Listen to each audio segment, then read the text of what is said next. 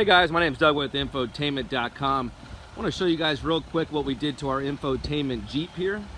We put the cat skin leather seating kit in. As you can see, really nice quality.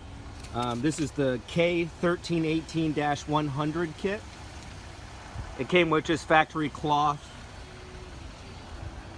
So we went ahead and installed the premium leather here. As you can see, this kind of makes or break the interior of the vehicle. Just looks really good, really nice quality on this kit. This is the sport model.